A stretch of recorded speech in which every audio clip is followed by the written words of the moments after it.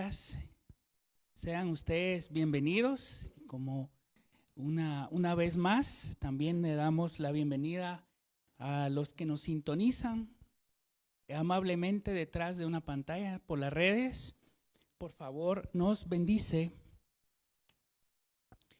Si nos hace saber su presencia, incluso si tienen alguna petición, hay un tiempo de oración para poder pedir sobre ellas.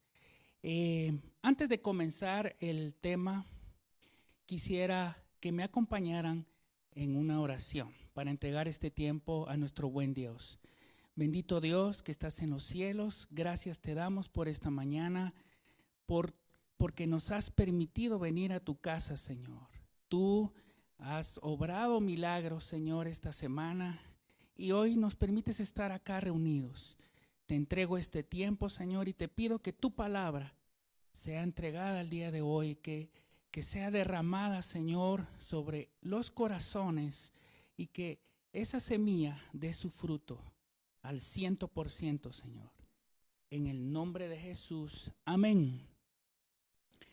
Pues, a manera de introducción del tema, agradezco a Dios por este tiempo y a nuestros pastores por tan tremendo privilegio de estar con ustedes compartiendo. Y se cierra esta serie de devolviéndonos a Dios en la plenitud, como nos explicó nuestro pastor. Y a manera de introducción sobre el tema que hoy se me ha pedido platicar sobre la plenitud en la salud, quiero hacer dos reflexiones.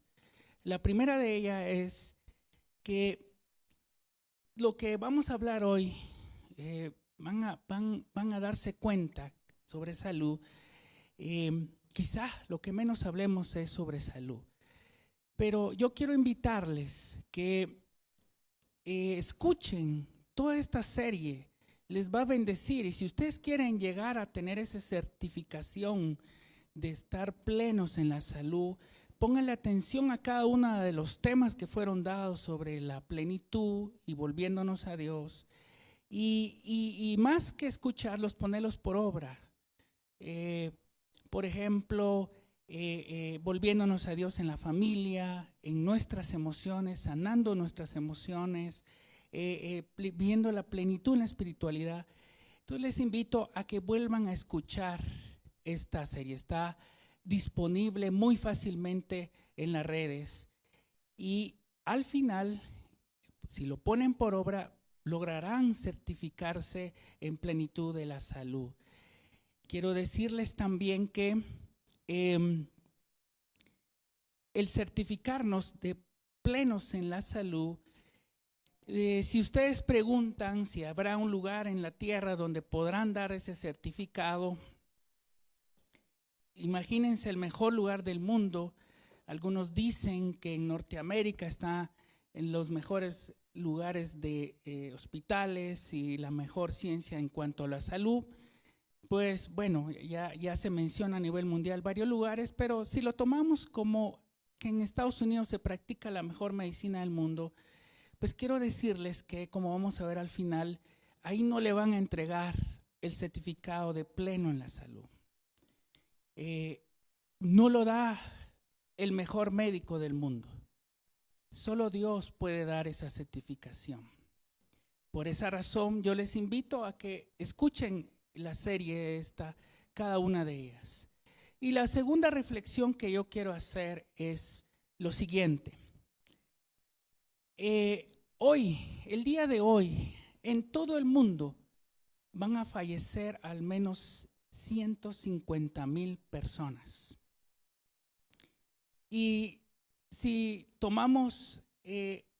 analizamos esas muertes y lo analizamos por países, el 40% de esas muertes va a ocurrir en dos países, China e India. Por lo que hemos vivido y la pandemia, los chinos, disculpen si alguno le escucha, ellos a veces no dan los datos tan verídicos. Entonces, analizando la India, Al final del año, esos son datos del año pasado, murieron más de 25 millones de personas en la India. Y si analizamos esas muertes, esos 25 millones de muertes, más del 50% de los que murieron fueron a causa de un problema en el corazón. O sea que sí vale la pena hablar de salud.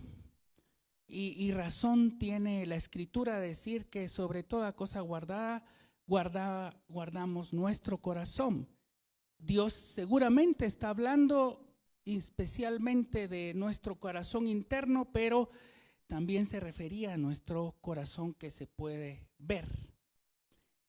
Pero volviendo a la reflexión sobre las muertes y hablando específicamente de la India, ellos certificaron que más del 50% murieron por a causa del corazón. Ni siquiera el coronavirus superó como causa principal de muerte. Y haciéndole un zoom a esas muertes, los indios, o sea, ¿por qué analizamos eso? Porque es la segunda población del mundo. Ahí viven aproximadamente 1.350 millones de personas, superada únicamente por China por unos menos de 100 millones de personas. Si ustedes analizan esos datos fríamente, 25 millones son más de la población de Guatemala. Eso fue lo que murió. Y ahorita vamos en octubre, probablemente llevarán unos 20 millones. Pero imagínense ustedes, ahí la principal religión en la India es el hinduismo. El 80% practican esa religión. Se menciona que la India es el país de las religiones, de los dioses. Ahí hay muchas religiones. Pero el 80% practica el hinduismo y el hinduismo acepta aproximadamente 3. Y se mencionan las estadísticas que el cristianismo en la India aproximadamente es menos, entre el 2 y 3%. Eso representan 25 millones de indios que practican la religión del cristianismo. Y si a esos 25 millones, la mayoría van por la religión católica, ustedes pueden imaginar de esos 25 millones que fallecieron de indios, ¿cuántos murieron con el corazón, con Jesús en su corazón? La probabilidad es muy poca, menos del 1% probablemente. Muchos murieron sin Jesús en su corazón. Aquí, todos los que estamos acá presentes tenemos un grande privilegio, mis hermanos. Yo les puedo asegurar que ninguno acá duda que Jesús es Dios. ¿Qué nos diferencia a nosotros de esas personas? Hay una gran diferencia. Que nosotros confesamos que Jesús es Dios. Muchos de los indios no conocen ni siquiera la palabra Jesús, pero los que lo conocen solo saben que fue un personaje histórico muy importante y ni siquiera profundizan en eso, mucho menos pensar que Jesús es Dios. Pero acá en esta plataforma y los que nos escuchan detrás de una pantalla, sí reconocemos, es un gran privilegio reconocer que Jesús es Dios y más aún que Jesús es Señor, es nuestro Señor. Eso, créanme mis hermanos, es un gran privilegio. Y así comenzamos. ¿Por qué razón? Porque Jesús hizo un sacrificio por todos nosotros para que de muerte pasáramos a vida y que por medio de la redención de nuestros pecados fuera pagada nuestra culpa, que al final es muerte. Porque como dice la palabra de Dios, la paga del pecado es muerte. Pero esa deuda ya está pagada, mis hermanos. Pero toda esta información que yo les sinteticé en un segundo, nosotros lo damos por sentado. Pero a nivel mundial, eso créanme que no es una realidad. Pues esto lo digo a manera de introducción del tema de hoy, plenitud en la salud. Quiero basarme esta enseñanza en dos historias de la Biblia que me impactan muchísimo y que yo recomendaría que profundizaran su estudio en la casa. Para el primer texto que quiero leerles es un texto muy conocido ya por esta casa, incluso nuestra pastora habló de ese texto, pero por alguna razón Dios lo trae a la mente. Quiero leérselos en esta traducción, que es de traducción del lenguaje actual, Juan 10:10. ¿Verdad que ya es reconocido por todos nosotros? Dice: cuando el ladrón llega, se dedica a robar, matar y destruir. Yo he venido para que todos ustedes tengan vida y para que la vivan plenamente. Quizá, como mencionaba, todos acá, incluso los que nos miran detrás de una pantalla, reconocemos que Jesús es Señor, que Jesús es Dios. Y seguramente Dios ya nos dio, ya hemos pasado de muerte a vida. Pero el tema que estamos tratando acá es vivir. Bueno, la otra traducción, las otras traducciones utilizan aquí vivir en abundancia, pero esta traducción dice vivan plenamente, y de eso se trata el tema de hoy. Por el tiempo, muy rápidamente quiero comenzar con la primera historia. La primera historia está en Hechos 3, en los primeros versículos. Dice la palabra de Dios con esta traducción de jubileo que le llaman. Dice en Hechos 3, versículo 1: Pedro y Juan subían juntos al templo a la hora novena. La hora novena aproximadamente eran las 3 de la tarde. Dice la de la oración. Versículo 2: y un hombre que era cojo desde el vientre de su madre era traído, al cual ponían cada día a la puerta del templo, que se llamaba La Hermosa, para que pidiera de los que entraban en el templo. Bueno, ponen entre corchetes literalmente misericordia, dice. Pero utilicé esta versión porque quizá es la que mejor nos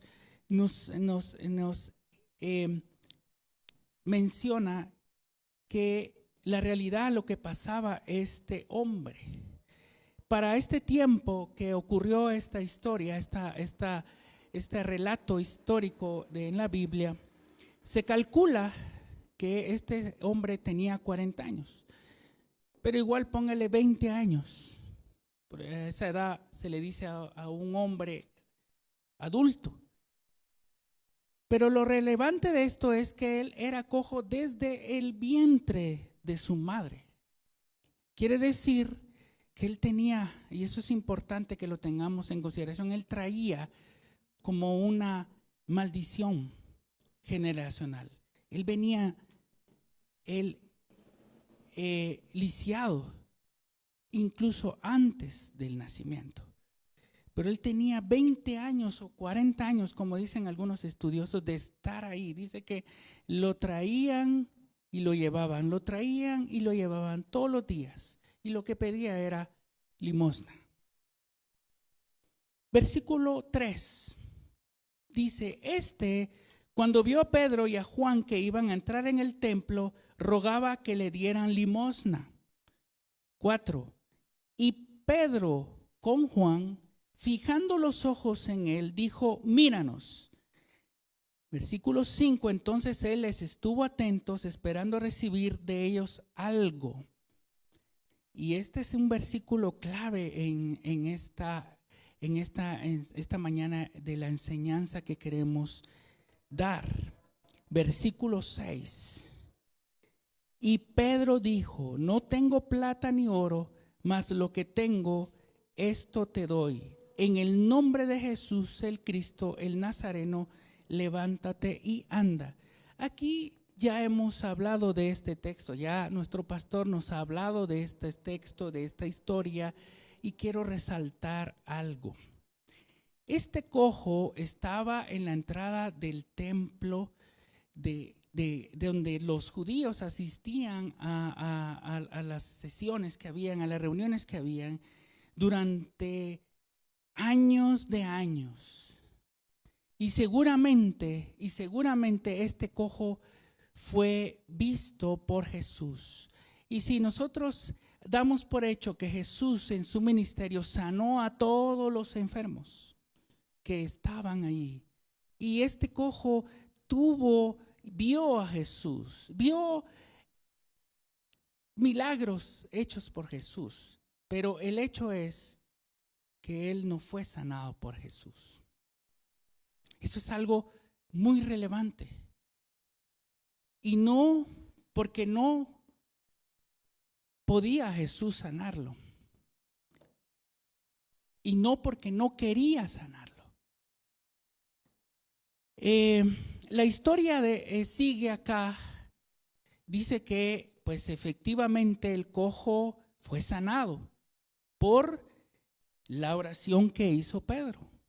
La Biblia, el relato es muy gráfico. Dice que el cojo pues en un abrir y cerrar de ojos él se levantó.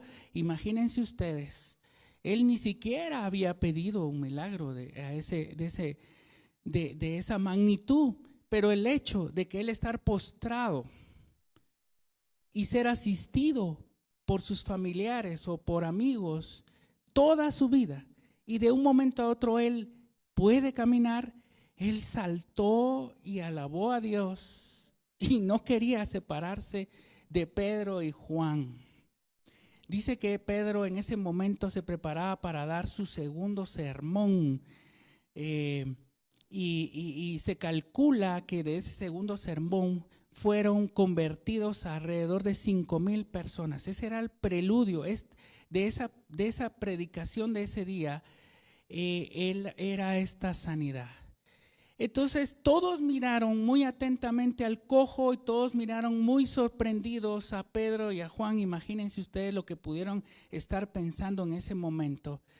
Pero Pedro hace una reflexión a esto y una aclaración, porque él sí vio muy sorprendidos a todos. Dice el versículo 10 de Hechos 3, creo que hay un error ahí, dice 9 y 10, pero es versículo 10, dice: y le conocían que él era el que se sentaba a pedir la limosna a la puerta del templo, la hermosa, y fueron llenos de asombro y de espanto por lo que le había acontecido. Versículo 11, y teniendo asidos a Pedro y a Juan, no se apartaba el cojo de Pedro y Juan. El cojo que había sido sanado, todo el pueblo atónito concurrió a ellos al pórtico que se llamaba de Salomón. Y entonces Pedro tiene que dar esta aclaración porque le estaban atribuyendo algún tipo de poder a él. Dice en el versículo 16, utilizando la misma traducción del lenguaje actual, porque creo yo que es la que mejor explica lo que ahí sucedió. Pedro dice en el versículo 16: nosotros confiamos en el poder de Jesús, y como todos ustedes vieron, esa confianza es la que ha sanado completamente a este hombre. Y resalto eso de sanado completamente. ¿Por qué Pedro no dijo pues simplemente sanado? Porque en ese cojo ocurrió más que una sanidad física. Ocurrió una sanidad interna. Ocurrió una también sanidad generacional, seguramente. Por eso resalto eso, sanado completamente. Y esa palabra confianza de este texto, pues en las otras traducciones lo ponen como fe o como ya se nos ha explicado en esta casa, fidelidad. Y yo me reflexionaba porque cuando Pedro oró, seguramente dirigido por el Espíritu Santo o por Dios, él dio por sentado que iba a ocurrir ese milagro. Y entonces yo reflexionaba cómo dar un ejemplo de esto. Y se me vino a la mente, cuando todos nosotros acá agarramos un vaso de agua y lo tomamos, pues nosotros damos por sentado que el agua va a llegar al estómago y ahí en el estómago va a ser absorbido por nuestro cuerpo y va a llegar hasta el lugar donde necesite ser hidratado nuestro cuerpo. Pero nadie de acá va a venir y se va a tomar un vaso de agua y dentro de una hora va a ir a hacer un ultrasonido para ver si el agua ya fue absorbida. Todos damos por sentado, por hecho, que eso va a ocurrir. Un ejemplo así, una analogía así fue lo que hizo Pedro, o lo que llama confianza en este punto. Miren, mis hermanos, es fácil estando en una situación en donde no hay necesidad de hablar de esto, pero cuando uno está en una necesidad, cuando alguien está atravesando el Niágara en bicicleta y peor si están desinfladas las llantas, dice, ¿usted por qué no está ahí? Y entre paréntesis, esto de Niágara en bicicleta lo dijo un artista que en la actualidad es cristiano. Y estando en esas situaciones de dificultad, de necesidad, donde hay pérdidas familiares, donde hay una situación económica o hay una pérdida de salud, es donde es probada esta confianza. Pero yo quiero decirles esta mañana que la Biblia deja ver que cada uno de nosotros estamos reposando en su mano, en una mano estamos ahí descansando y con la otra nos cubre. Eso deja ver la Biblia con respecto a nosotros. Imagínense ustedes qué pueda llegar ahí. Él sosteniéndonos y cubriéndonos. ¿Qué puede alcanzarnos? Y entonces la pregunta es, ¿y entonces por qué estoy enfermo? ¿Y entonces por qué tengo una necesidad?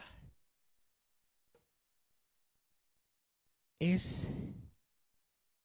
esto puedo concluir algo. Existe un plan de Dios en el cual debe descansar toda nuestra confianza. Por alguna razón está pasando algo. Y esa es una primera conclusión que quiero llegar hoy. No importa qué estemos teniendo, qué estemos padeciendo, qué necesidad haya, debemos descansar en Dios. Esa es una primera conclusión. Y pasando al segundo, que es un poquito la segunda historia donde quiero hablar sobre este tema de plenitud en la salud, es sobre el rey Ezequías. Es una historia que también ya hemos hablado acá, pero increíblemente Dios cómo puede dar diferentes perspectivas y enseñar. La historia del rey Ezequías fue un importante rey de Judá. La hemos tocado acá. Hay 3 capítulos en la Biblia que toca esta historia. La primera está en Segunda Reyes, capítulo 20. Y ese capítulo es el que hemos hablado acá. El segundo capítulo donde está es en Segunda de Crónicas 32. Y el tercer capítulo está en Isaías 38, que es el que quiero yo leerles. Y en cualquiera de esos 3 capítulos hay un mensaje diferente. ¿Se recuerdan del rey Ezequías? Es aquel rey que llegó al profeta Isaías. Imagínense qué nivel de profeta se da esta historia. llegó el profeta Isaías a él y le dijo: rey, ordena tu casa porque vendrá una enfermedad y será de muerte. Aquí podemos, algunos que enseñan esta historia dicen, bueno, lo que le dio origen a la enfermedad que le dio al rey Ezequías fue un desorden que había en su casa. Pero la Biblia deja ver que probablemente esa era una razón, pero no era la principal.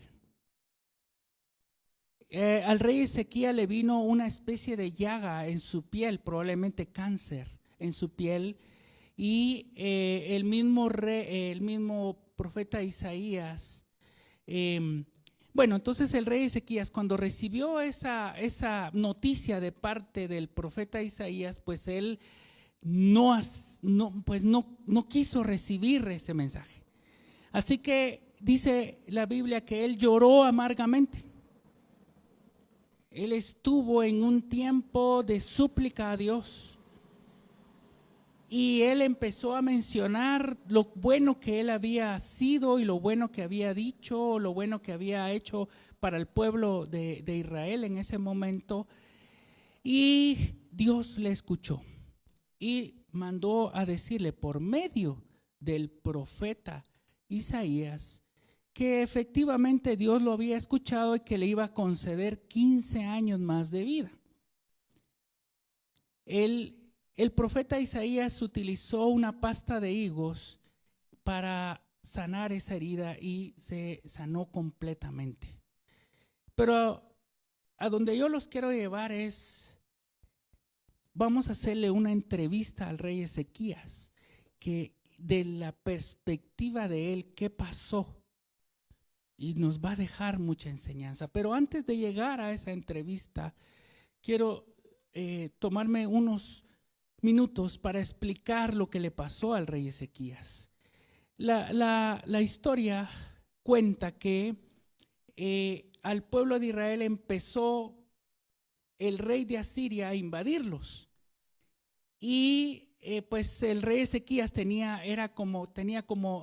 el rey de en ese entonces, tenía la responsabilidad y los estaban sitiando. La ciudad de Jerusalén estaba sitiada y vino el rey Ezequías se acercó con el profeta Isaías y le preguntó, bueno, ¿y qué hacemos? Al final ellos pidieron la ayuda de Dios y llegó un ángel y él, pues ya saben lo que le pasó a ese rey de Asiria. Entonces el rey Ezequías se sintió un superhombre, un superrey. Y dice la palabra de Dios en 2 Crónicas 32:24 que este rey no reconoció la bondad de Dios, sino que se llenó de orgullo, su corazón se enalteció y fue altivo. Esa fue la razón por la cual pues fue una puerta de entrada para el mal que le vino. Era una enfermedad de muerte. Mas sin embargo, él oró a Dios y bueno, ya sabemos el final de la historia. Y ahora quiero llevarlos a la perspectiva que tiene el rey Ezequías de este suceso. Acompáñenme en Isaías 38, versículo 9, especialmente en esta traducción, porque esta no, es una explicación de la perspectiva que quiero que veamos. Nueva versión internacional. Dice el versículo 9, esto es como una entrevista que le hacemos al rey Ezequías, de qué piensa que le pasó a él, qué le sucedió, qué hizo. Dice, después de su enfermedad y recuperación, Ezequías, rey de Judá, escribió, yo decía, debo en la plenitud de mi vida pasar por las puertas del sepulcro y ser privado del resto de mis días. Era lo que yo les decía, que el único que puede dar el certificado de plenitud de salud o de buena salud es Dios. Porque aquí el rey Ezequías está reconociendo que él se sentía la última Coca-Cola del desierto. Se sentía supercampeón. Y entonces él preguntaba, ¿cómo es posible que, bueno, en otras versiones dice, en mis días florecientes iba a morirse? Versículo, bueno, y de ahí él comienza a dar lo que él, el tormento que él pasó, la angustia que él vivió en su interior, en su corazón. Y dice en el versículo 15, dice, pero ¿qué puedo decir? Él mismo me lo anunció, hablando de su muerte, ¿verdad? Y así lo ha hecho. La amargura de mi alma me ha quitado el sueño. Él no solo tenía una afección física, sino que internamente él se amargó. Probablemente se deprimió. Versículo 16. Señor, por tales cosas viven los hombres, y también mi espíritu encuentra vida en ellas. Tú me devolviste la salud y me diste vida. Aquí ya está comenzando a reconocer que Dios es el que le restauró y el que lo levantó. Versículo 17. Sin duda fue para mí bien pasar por tal angustia. Hay que reconocer cuando momentos de dificultades, momentos de enfermedad o de necesidad de salud financiera, por ejemplo, cualquier tipo de angustia o pérdida familiar, dolor, lo que sea. Muchas veces hay necesidad de pasar por ese desierto para poder ver, porque Job es el que nos describe, que dice, de oídas te conocía, pero ahora mis ojos te ven. Imagínense lo que tuvo él que pasar para pasar a otra dimensión, por lo que él tuvo que vivir y las pérdidas que él sufrió para pasar a otra dimensión. Cuando se nos permite a nuestras vidas tener angustia o tener algún momento de dificultad, es porque Dios está probándonos y nos quiere pasar a otro nivel, otra dimensión. Y aquí el rey Ezequías reconoce que es para nuestro bien. Con tu amor me guardaste de la fosa destructora y le diste la espalda a mis pecados. Es importantísimo que seamos aceptos o receptivos del amor de Dios. Es lo que nos sostiene. Y aquí el rey Ezequías está reconociendo que en su vida había pecado. Para alcanzar la restauración de su salud, él tuvo que pedir perdón por sus pecados. El sepulcro nada agradece, la muerte no te alaba, los que descienden a la fosa nada esperan de tu fidelidad. Y ahora, en su nueva vida, hay alabanza a Dios. Ese es otro elemento que encontramos acá en su restauración. Versículo 19, los que viven y solo los que viven son los que te alaban, como hoy te alabo yo. Él está reconociendo que ahora hay alabanza en su vida. Todo padre hablará a sus hijos acerca de tu fidelidad. Y probablemente a eso se refería el profeta Isaías cuando le dijo que ordenara su casa. El hijo del rey Ezequías se llama Manasés, que fue el que le siguió al trono. Lastimosamente él no siguió los caminos de su padre. Él desvió sus caminos. No fue como el rey Ezequías. Probablemente el rey Ezequías no cumplió, eso no lo describe la Biblia, pero podemos suponer que sí tuvo alguna deficiencia en eso. Es importante que nosotros, como padres de familia, pues tengamos eso de hablar de la fidelidad de Dios, de enseñar los caminos de Dios. Es muy, muy importante. Y aquí lo estaba reconociendo el rey Ezequías. El Señor me salvará, versículo 20, el último, y en el templo del Señor todos los días de nuestra vida cantaremos con instrumentos de cuerda.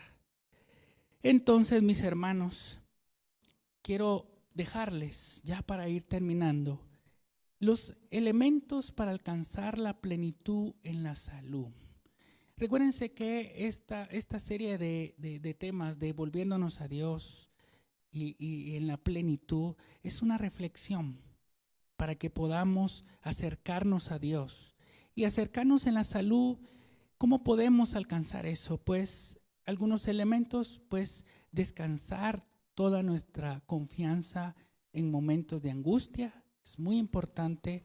Ser llenos del amor de Dios, ser perdonados del pecado, o sea, pedir perdón, alabar al Señor y no dejar de congregarse, porque decía el rey Ezequías que en las reuniones que había, donde había alabanza, él sentía la presencia de Dios, como hoy lo sentimos cuando estábamos alabando a nuestro buen Dios. Por eso es importante congregarnos.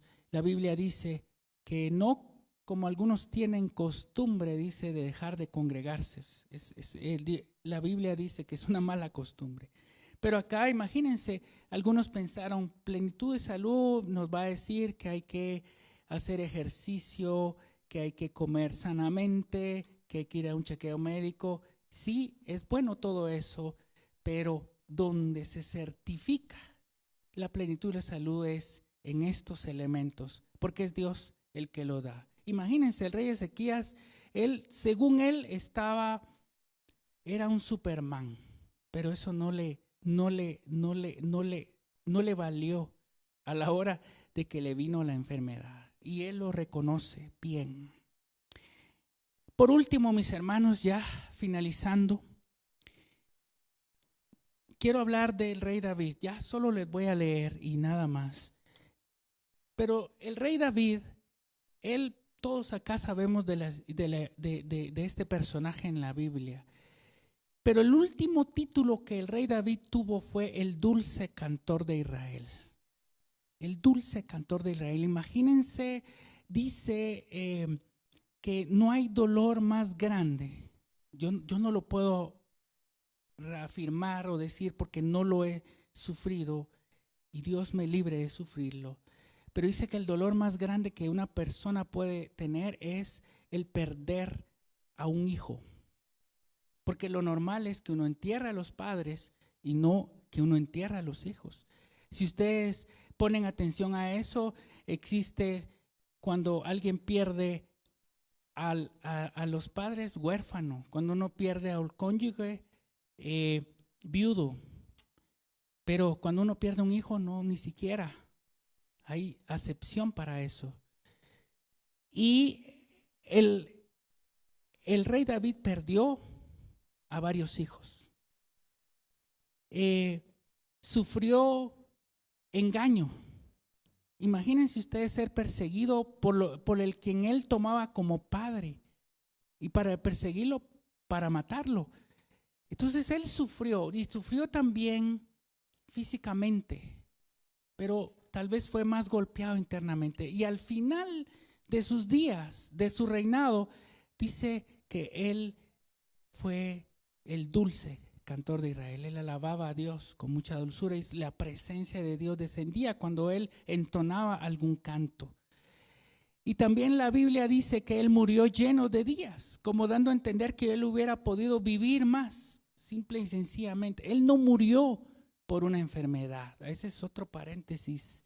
La muerte utiliza a un emisario, mayormente, que es la enfermedad. Pero el rey David murió lleno de días, dice la Biblia. Pero entonces el rey David, ¿qué secreto pueda tener para vivir en la plenitud de la salud? Y solo le quiero leer. Dice en Salmos 27, también un salmo muy reconocido. Y yo quisiera que la persona que me va a ayudar a ministrar pasara adelante. Dice Salmo 27, versículos 4, creo que lo puse mal, pero leyendo desde el versículo 4 dice: lo único que le pido al Señor, utilizando la Nueva Traducción Viviente, que es lo que expresa el mensaje que queremos dejar. Lo único que le pido al Señor, lo que más anhelo, es vivir en la casa del Señor todos los días de mi vida, deleitándome en la perfección del Señor y meditando dentro de su templo. Versículo 5. Pues Él me ocultará ahí cuando vengan dificultades. Es lo que él mencionaba. ¿Dónde estamos? ¿Dónde debe descansar nuestra confianza? Me esconderá en su santuario. Me pondrá en una roca alta donde nadie me alcanzará. Versículo 6. Entonces mantendré mi cabeza en alto, por encima de los enemigos que me rodean. En su santuario ofreceré sacrificios, con gritos de alegría y con música cantaré y alabaré al Señor. Versículo 7. Escúchame cuando oro, oh Señor. Ten misericordia y respóndeme. Y este es el versículo que quiero dejarles. Es como que Dios invitándonos a subir de nivel. Dice: mi corazón te ha oído decir, ven y conversa conmigo. Y mi corazón responde, aquí vengo, Señor. Si nosotros somos honestos cuando oramos, pues mayormente damos una petición al Señor. Cuando nosotros utilizamos la palabra oración, lo que nos viene a la mente es petición. Pero aquí el rey David nos sube el nivel, porque ¿qué es conversar? Conversar significa que yo hablo y espero una respuesta. Es un diálogo. Y ese es el nivel que nos quiere hoy Dios subir. Es que tengamos una mayor intimidad con Él. Que esa confianza que Él nos pide realmente sea hecha. Aquí voy a dejar el mensaje, mis hermanos. Yo quiero orar por ustedes. Quiero invitar con una actitud de reverencia, me acompañen en esta oración, tanto en las redes como acá en la nave principal. Y yo quiero tomar como sentado que todos acá estamos necesitados de Dios. Y si pones de ejemplo al rey Ezequías, él estuvo en todos los niveles que pudiéramos estar: necesitado, enfermo, amargado, pero también alcanzó la sanidad física y espiritual interna. Y llegó a tener el nivel de alabar a Dios. Sanó su corazón interno y estaba agradecido. Y recibió también perdón de sus pecados o del pecado que pudo haber cometido. No importa en qué situación estés, hoy Dios quiere subir el nivel. Quiere que realmente nos volvamos a Él y que nos acerquemos a Él. Yo voy a orar, independientemente que necesites. Yo quiero pedirle a Dios que escuche tu oración y yo quiero que hoy Dios va a abrir una ventana de petición, de respuesta a peticiones. Y quiero que en tu mente o palabras audibles, como tú lo desees, expreses una necesidad a Dios, una petición a Dios. Porque hoy, si Dios ha permitido esta palabra, Dios va a responder esa petición. por cualquiera que seas. Y que al final exista una alabanza en tus labios, una alabanza de agradecimiento a Dios. Y increíblemente esto es lo que va a dar salud a tu vida. Acompáñame, por favor. Bendito Dios que estás en el cielo. Gracias te damos, Señor, por esta mañana y por tu palabra. Hoy, Señor, pongo delante de ti a cada uno de los hermanos que están acá. Pongo la necesidad, por pequeña o grande que sea. Y también, Señor, pongo su corazón alabándote, agradeciéndote por lo bueno que has sido, Señor. Y que hoy, Señor, esta semilla que tú has depositado en sus corazones dé fruto al 100 por 1, Señor. Y que honres sus vidas y su disposición en sus corazones, Señor. Que nos haga la invitación para subir el nivel que tú nos estás llamando a hacer, a tener más intimidad contigo. Por favor, Dios, escucha la petición de cada uno de los que estamos acá o los que nos están viendo por las redes. Oh, mi hermano, mi deseo es que tú conozcas al Señor Jesús, no solo como Dios, sino como tu Señor y tu Salvador. Ese es mi mayor deseo.